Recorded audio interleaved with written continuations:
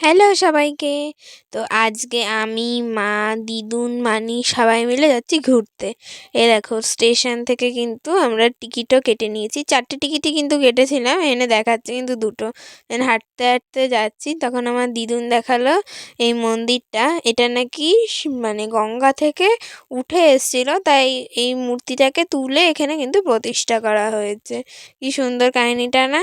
এই মন্দিরটা কোথায় বলো তো? এই যে আমার মামাবাড়ির স্টেশন শোয়াবাজার আইড়িটলা, এর 2 নম্বর শেডের একদম নিচেই বলতে পারো। তারপর এখানে আমি তোমাদের একটু ভাবলাম গঙ্গা দেখিয়ে দিই, তাই গঙ্গা দেখালাম।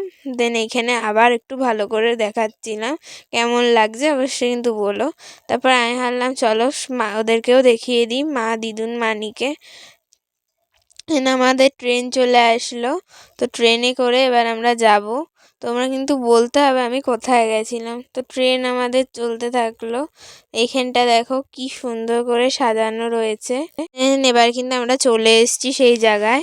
এবার তোমরা বলো তো আমরা কোথায় এসেছি? হ্যাঁ, ঠিকই ধরেছো, এটা কিন্তু প্রিন্সেপ ঘাট। আমরা প্রিন্সেপ ঘাটেই এসেছি।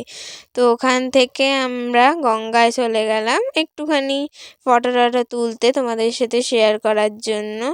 তো দেখো কি সুন্দর লাগছে। তারপরে একটু আমরা ভাবলাম কি যে আশপাশটাও একটু ঘুরে দেখব।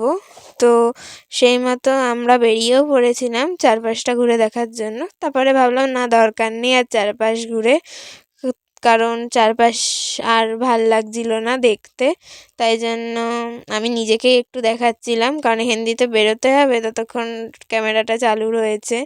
তো এখানে আমি বললাম চলো চলো, তখন এগিয়ে যাচ্ছি আমরা কিন্তু পার্কের দিকটা, মানে যেখানটা ওই মানে ভালো করে সাজানো গোছানো সেই জায়গাটার দিকে।